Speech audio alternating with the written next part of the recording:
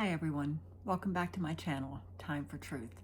My name's Christina and I'm still talking about what happened with the situation as a caregiver for my mom.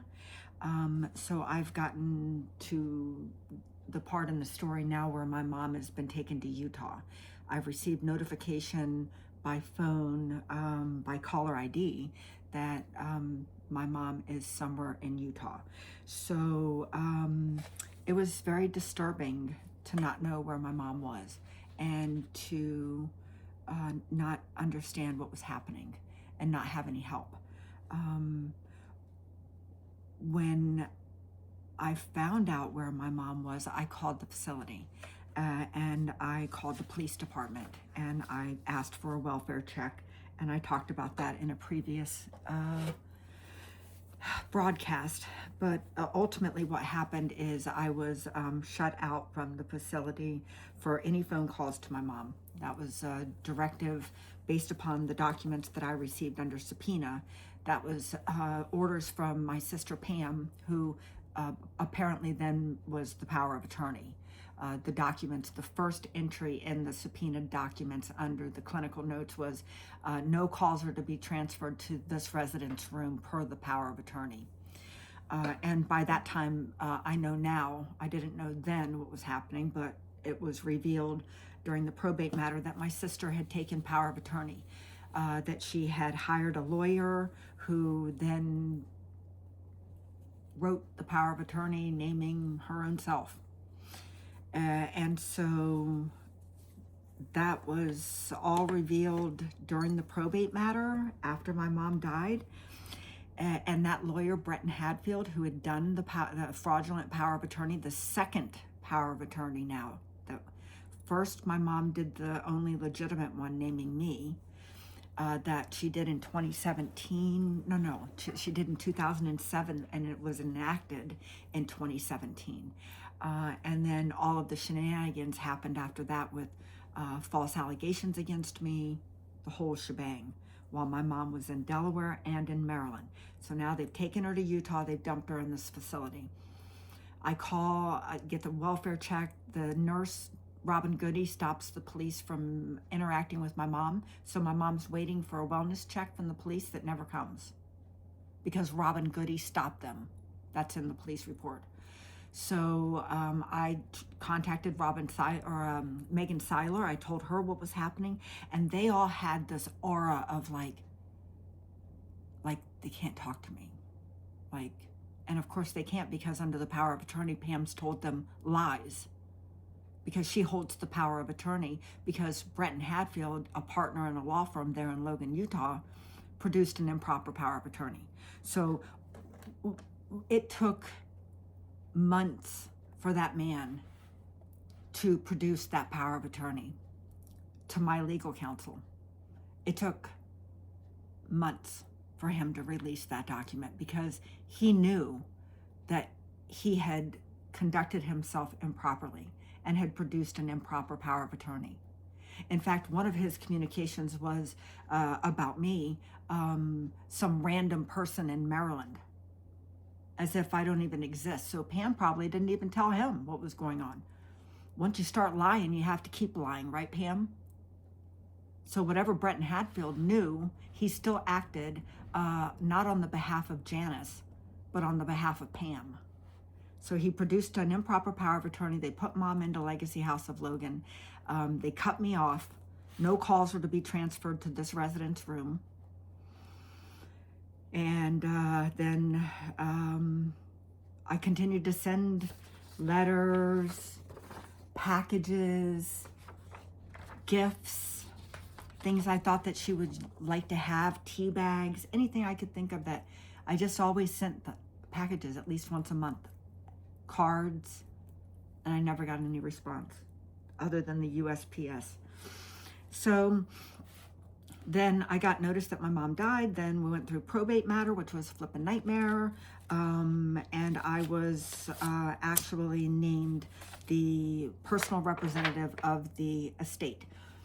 And that happened on October 21st of 2020. So then once I had the legal standing as the personal representative, then I could start getting documents and information that I needed. And that the attorneys that I had hired along the way had failed to get for me. So that was the only win, was in my mom's documents, her legal documents, that she wanted me named the executor of her estate, and I was. She wanted her estranged children to get nothing, and they did. Her attorney in Pennsylvania even submitted a verification of oath, and spoke with and had it notarized and the whole shebang. This was in August of 2020. That's how long it took for the probate matter. So mom died in December of 2019, and here we are in August of 2020. And mom's estate lawyer said she was explicit that she did not want any of her other children besides Christina to have any control of her estate nor inherit from it. How much more clear can you be? I don't know. But Susan Seidel Tillman and Alan A. Anderson, by virtue of following Pam, Jim, and Dave, and Carol, lies, my mom's estranged adult kids took everything. They took her, and then they took everything. In a September 4th, 2013 telephone call, Mrs. Pratt explained her decision by telling me that her ex-husband had worked to alienate her children from her, and she had not seen her children, Pamela and David, for years, or her son James in 8 years. At our September 10th meeting, Mrs. Pratt reiterated that she wanted only her daughter to inherit from her. And that was just completely disregarded.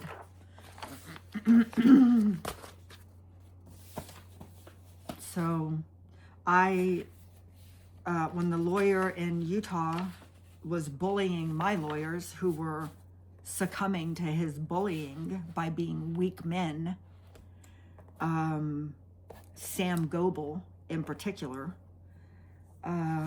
it was just an embarrassment of inept, incompetent legal counsel.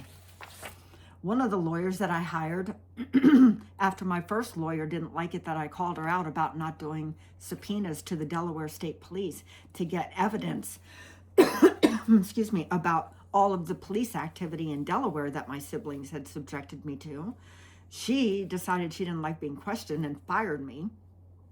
So then I went to this guy, the law offices of Brian Craig. He said, yes, of course, I'll take it, and take your money too. And I gave him $2,500. And then he decided that, and then the lawyer that had fired me said, oh yeah, told the opposing counsel, oh yeah, this is her new lawyer. And then this new lawyer's like, oh no, I can't handle your case. This is too much for me. Like, what? Like, what? So then I had to go find Sam Goebel. Oh my God. What a loser. Okay? Sam Goebel in Logan, Utah. Absolutely worthless. And his partner, Erin Byington, I don't even know if she exists. She never responded to anything. But they took my money. So I had to beat his ass to get him going. And then he was, as I said, completely worthless. Anyways, he lost the case. And my siblings, because of joint tenancy, because Pam put her name on my mother's account, the judge awarded it all to them, all of it. And then accused me of being like some degenerate in the probate hearing. This was Judge Thomas L. Wilmore. Now, Judge Thomas L. Wilmore was a vacancy judge. He was already retired. So you know how the good old boys are. So him and Bretton Hadfield, or whatever was going on behind the scenes, went on. And I was Everything that my siblings had accused me of and that Alan Anderson had written down and that Susan Seidel Tillman, all of that stuff came back up in the probate matter. And I was villainized as if I was some degenerate, drug-addicted criminal is how I was portrayed. And that's Alan A. Anderson. That's who wrote those things about me. He's over at Banner Alzheimer's Institute in Tucson, Arizona currently, in charge of elderly women with Alzheimer's after what he did to my mother. Disgusting. He did his residency at Rutgers. He's a Hahnemann University School of, so he's out of Philadelphia. And then he ended up in Cambridge, and now he's in Tucson. Susan Seidel Tillman, she studied in Baltimore. She was responsible for the first change of the power of attorney. So she and Breton Hadfield are completely unethical lawyers. Completely unethical. The bar didn't care on either of them, but I care. And that's why I'm talking about it. So Susan has many years of experience in handling estates, both large and small. That's what she saw. She saw a big elder abuse case. That's what she saw. She saw that lighting her way down the path for the next however many years, that she could drag that out in her attempt to find $400,000 that never existed, Susan. She's an active member of the Board of Governors of Beth Israel of Salisbury. She coached the high school mock trial team. Oh, she was the president and treasurer of the PTAs. My mom was at Junior Achievement. How's that in Salisbury? I bet you my mom rubbed shoulders with you at one of those Junior Achievement events, Susan. Before Carol called you and hired you. So Breton Hadfield produced in Logan, Utah, produced an improper power of attorney naming Pam over my mother, which was against my mother's wishes, and Pam knew that. Pam tried to get a protection from abuse order against me, but it was denied. The court will not issue a temporary protective order because there are no specific dates or acts of alleged domestic violence or abuse by Christina Bird, because I'm not a violent person. And all the lies that you told to the court, y'all got away with, but here's YouTube. And I see what you wrote too on the request for the protective order. And I see that Breton Hadfield was also your lawyer back then. So there's a conflict of interest, big time, but nobody was interested in listening to that. And that you, Pam Pratt, accused me of, my sister has been absconding with my mother's money. She upsets my mother whenever they talk. Mom doesn't want anything to do with my sister. Christina is relatively crazy. And my mother and I are afraid that she will show up at my house or Legacy House and create a ruckus. It tried to include my husband on this too. Disgusting. And I believe they told Legacy House of Logan that there was a protection from abuse. And that's why I was treated the way I was at Legacy House of Logan. And I was never told about this, the request for there to be a protection of abuse. This was up to 5 years, and the person that read this and signed it, that created that it's a lie to get a protective order. If I lie, I can be charged with a felony. Did anything happen to her? No, nothing. Just lies that they got away with. So the power of attorney then in Utah was executed on July 20th of 2018. Breton Hadfield named, Pam Pratt named herself in the power of attorney. And then she went over and she put her name on the bank account. And she joint tenancy'd the bank account. She wrote the dates. She wrote the dates so that my mom wouldn't have to write a date, because my mom wasn't able to write dates. Where's that other thing? My mom was having trouble with her dates. Where did I see that? It's over here somewhere. Right here. Yeah, She was having a problem with her dates.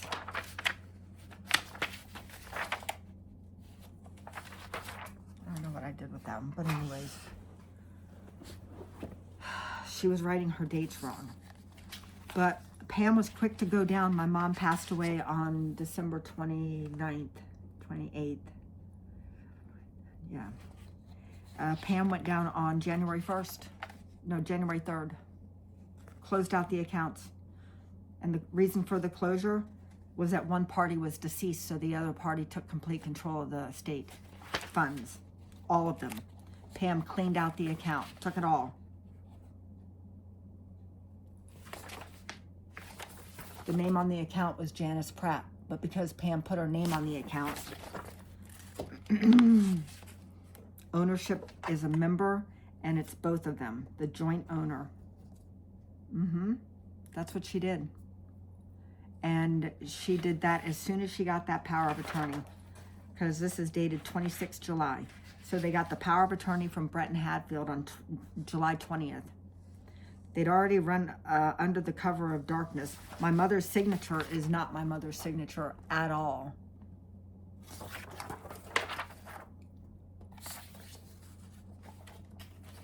And then I'm up against Breton Hadfield in the probate matter. The same lawyer who had produced the power of attorney fraudulently. Improperly is the legal term. Improperly. Fraudulently. Under the cover of darkness, calling me some random person in Maryland. Excuse me, I'm my mother's best friend, her daughter, her firstborn daughter, her power of attorney, her sole heir, her named executrix. Some random person in Maryland. Some random person in Maryland. I'll tell you what. He also called me a vexatious litigant. When I finally got through the probate matter and the Pratts walked away with all of their mother's estate funds under fraudulent terms, I had to hire appellate level counsel. And that's what I did. I hired appellate level counsel.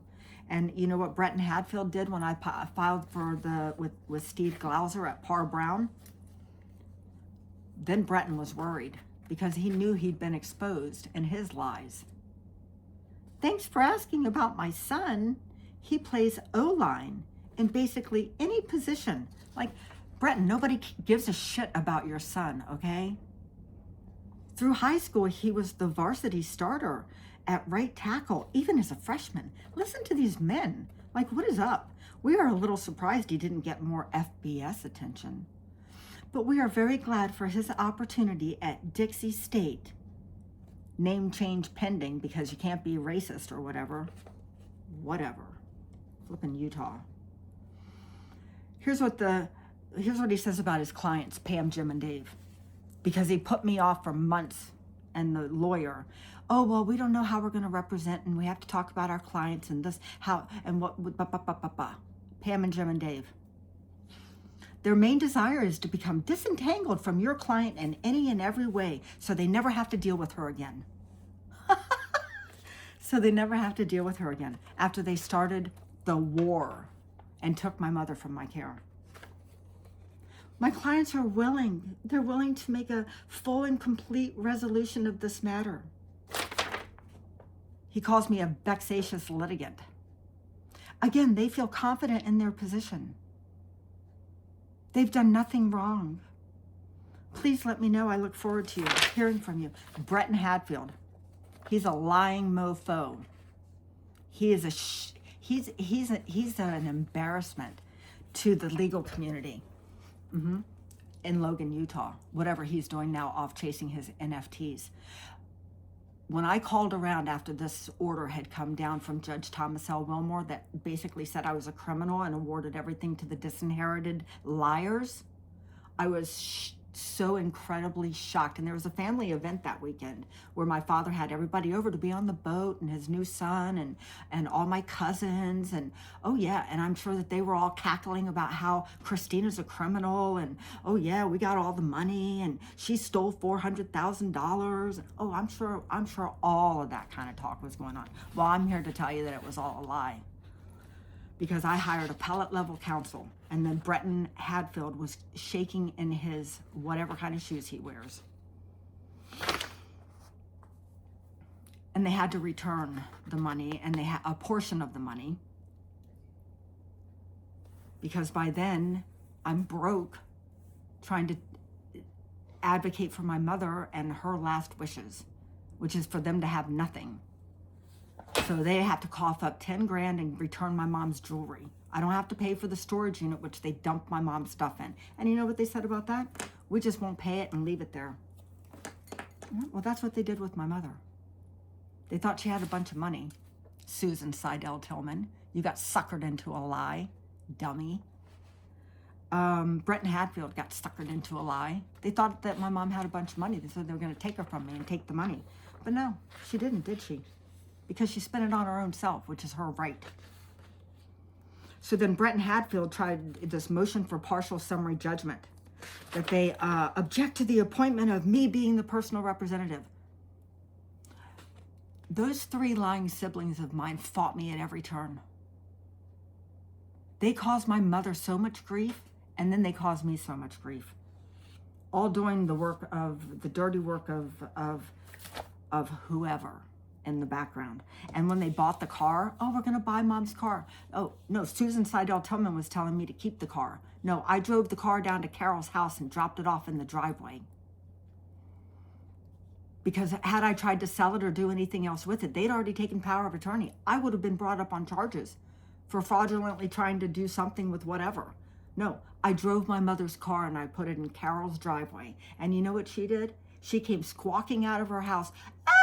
Can't leave that car here. What are you doing? I'm like, you want power of attorney? There's her car too. And then my brother paid Jim.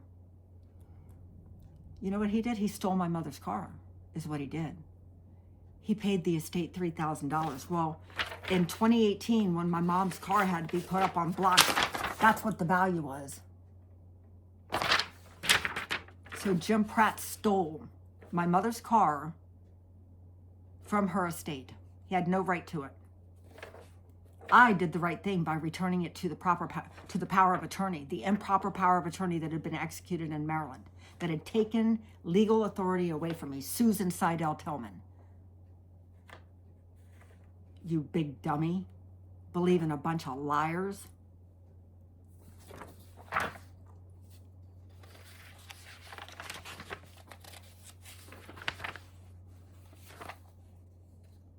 I have the emails too of what went on when I talked to my mom on Friday, December 20th, when I was actually put through because Legacy House of Logan was on holiday staff. That's the only reason I got through to my mother. Mom unable to talk. Bailey said the nurse checked her and told the staff to give her fluids. I said, Mom is not well. She can't even speak except in a whisper. Bailey took the phone, said she would check things out, called again at 7 o'clock. Bailey said they got her up for dinner, but she's back asleep. Said there's a bug in the facility. Said 3 names were on the call list, and she added my name and number to the call list. Do you think I ever got a phone call? No, I did not. My mother was dying at Legacy House of Logan. I knew she was dying. I was on the phone with these people telling them that my mother is dying. I'm calling again on 12/21. Olivia answered, doesn't know how to transfer a call to the cottage because my mom's now in the cottage, which is where she should have been in the beginning. Oh, we're keeping her in an alcove to keep an eye on her. No, they put her in the memory care unit because my mother did not have mild dementia. Pam.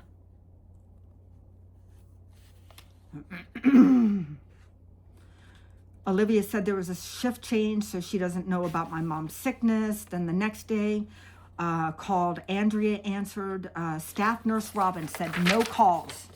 No calls for Jan. I told Andrea I was concerned about my mom's health. No nurse available, no aide to the nurse available. I spoke to Bailey. Andrea said Pam doesn't want you to talk to her. This is what the staff was telling me while my mom's dying in the facility.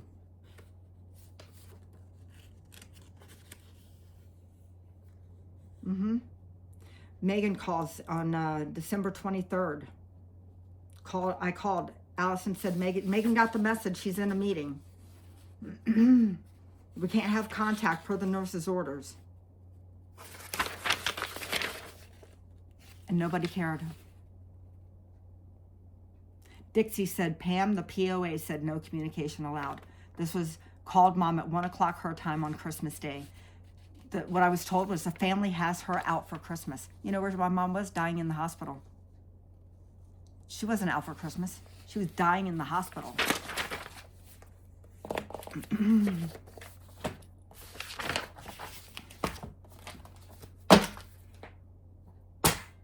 I chased Alan A. Anderson down to Tucson, Arizona.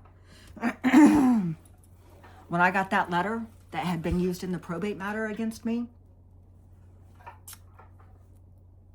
you know what he said to me?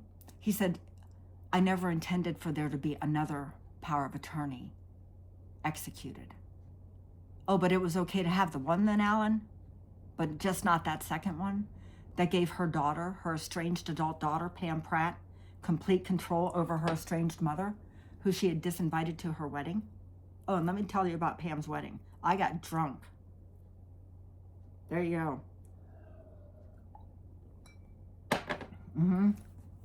Oh yeah, I was in my addiction back then. So my mom wasn't invited. She'd been disinvited, told if you come to my wedding, you'll be escorted out by the police. I was on pills, benzos. I was a mess back then. Yeah, so I got plastered. I don't even remember much of the wedding, quite frankly, truthfully, because I was a blackout drinker. That's what alcoholics do. Time for truth. So I drank like an alcoholic because I was an alcoholic. Imagine that. And once I got off the pills and the alcohol, then I turned into not relatively crazy, Pam. And if I am relatively crazy, it's because I was brought up in a family that was completely dysfunctional, highly abusive, physically abusive, emotionally, devastatingly abusive. So y'all can run from that, pretend like those things didn't happen, but they did, and they're still happening when you turn it around on Jan. So I'm here to talk for Jan, because she never wanted you to have anything at all to do with her if she got sick, and you all knew that. And the worst thing is that Bob then knew. So shame on all of y'all.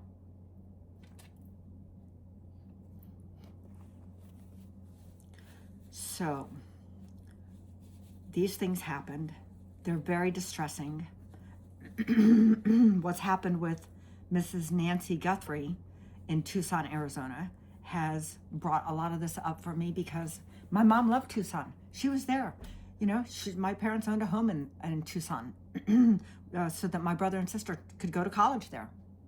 You know, when I was trying to go to college, I was in, the military barracks in the dorm, sick. My parents didn't even come when I had surgery in Augsburg. So I was a mistake in my, parents' marriage. My father never wanted me, and it was very clear to me that he never wanted me in the family. And he's furthered that belief that I have by doing what he did to me and to my mom. And it continues because he's still breathing.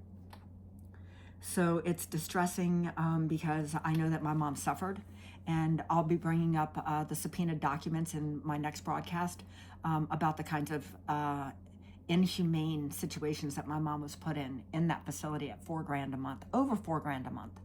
Nobody visiting. She knows nobody. She's out of her mind. All started in Salisbury, Maryland, by my aunt hiring Susan Seidel-Tillman. And then Susan acting like she hired my mom and sending her to a geriatric psychiatrist who did her bidding. These are the receipts that I have. There's no other conclusion to come to. So if the message that I left on Susan Seidel's Facebook page today, if it got to you, Susan, it was intended to get to you. Because these are the things that you all did. And the ombudsman in Maryland wouldn't help me. The Office of Human Services, whatever, they don't care. And you all know that. And you're free to do whatever you want to do. But you're not completely free from consequences when you get called out on it.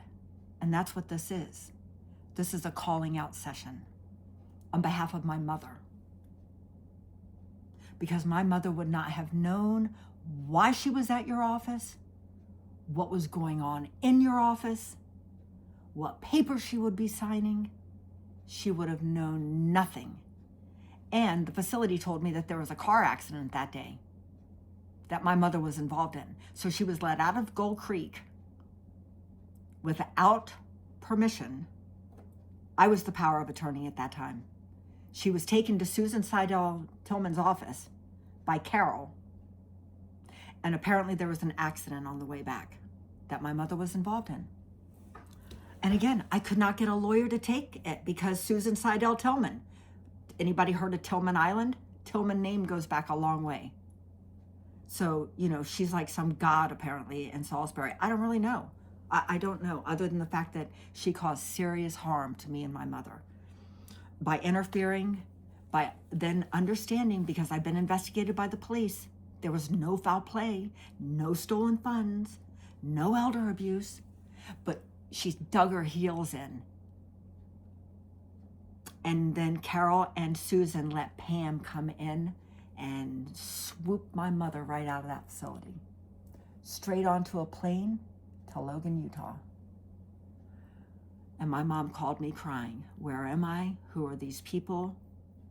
Why am I here? I don't know where I am. Where is my TV? Crying. I have it recorded. Because at this point, because I'm a slow learner apparently, I started recording things and taking photographs of things because of the onslaught of warfare that had been waged against me and my mother, who was incompetent and absconded with and dumped in a facility in Logan, Utah, overseen by Robin Goody, who's still there. Oh, you like to travel the world, do you, Robin? Is that what you like? Yeah? I bet you I've been to more places than you have. And I'm not fat. How you like that? Fat bitch. And I can say that because I've been to an oncologist recently for cancer, for breast cancer. And you know what he said to me? He said, well, fat people have worse outcomes with radiation, but you're not fat, so that's good. And he was right. Because I was once a fat bitch too, and I'm not anymore. I'm a sober individual who was trying to take care of her mother. And you all interfered and caused serious harm. And old Susan Seidel Tillman down there in Maryland, lunching with the ladies, are you, Susan? Attending all the little galas? Yeah? Well, I'm calling you out. Gonna send me a cease and desist order? Do it. Sue me. File a lawsuit against me. Bring it on. Send me a cease and desist and I'll frame it right behind here as I keep talking about it. Just like I did with that other cease and desist from Gold Creek. What happened to my mother should never happen to anybody. And God forbid it happens to a loved one of yours, Susan, or Alan Anderson. Because I left messages for you too, Alan Anderson, over there at the Tucson Banner Alzheimer's Institute. The fact that you're in charge and can be like prostituted by lawyers, paid off. Let me send you a client. This is what I want you to say about her. I know now what went down. The truth always comes out. Don't be liars. I used to be a liar. I'd lie about anything for no reason. I was a part of the alcoholism, part of my mental illness. And then I decided I'm not a liar anymore. And I don't lie. And I see liars because I used to be one. Susan Seidel Tillman is a liar. Alan A. Anderson is a liar. Bretton Hadfield's a liar. Thomas Wilmore, judge, retired, already ranting and raving at me during the hearing. And then my attorney acting all shocked. Bretton Hadfield's no longer a partner in his law firm. I'd like to know why. I'd like to know what he's up to. I'm just some random person in Maryland. Well, this random person in Maryland has her own YouTube channel now. And I'm talking about it, Bretton. And I'm not some random person in Maryland. I'm my mother's loving daughter in Delaware. So I have a lot more to say about this. I'm going to be printing out more documents. And I'm going to be telling on more people because that's just the way it is. When you run around lying and conniving, there's going to be a judgment day. And I'm happy to bring the judgment to my siblings for what they did and for whatever they told my half-brother, which I'm sure was more defamatory comments and slander and lies and, you know, whatever they want to do to make them, like, I can tell the truth. You know, I wasn't perfect, but I didn't interfere in the care of a parent that I had estranged for 20 years. It'd be like me coming in now and saying, oh, I'm going to take over Bob. Now, how would y'all feel about that? What would happen then? What will happen then? Because there'll be more lawyers. Oh, there will be more lawyers.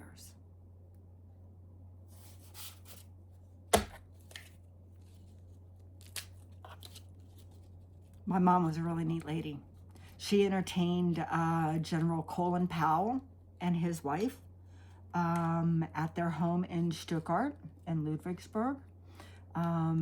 Mrs. Powell loved my mom's dessert and asked for the recipe. My mom, you know, she came from nothing. She came from poverty, and she married a man who took her places and gave her great experiences, but she was her own woman. You know, she did things on her own. She didn't rely on him. He made her rely on him, and then he got mad when she was entitled to a portion of his pension. Come off it, Bob. A very small portion, and now you get that, right? You get that. You're getting all that money, aren't you? Yeah. So anyways, Pam and Jim and Dave, shame on y'all. And the whole family. I hope the whole family knows what you guys did, celebrating over there and wherever Bob's living over there with the boat, Deltaville, acting like you guys won the lottery, all of Mom's money, straight out of her bank account because you joint tenanted it. That's some shitty behavior right there. I might have done some shitty things when I was a drunk, but y'all are sober.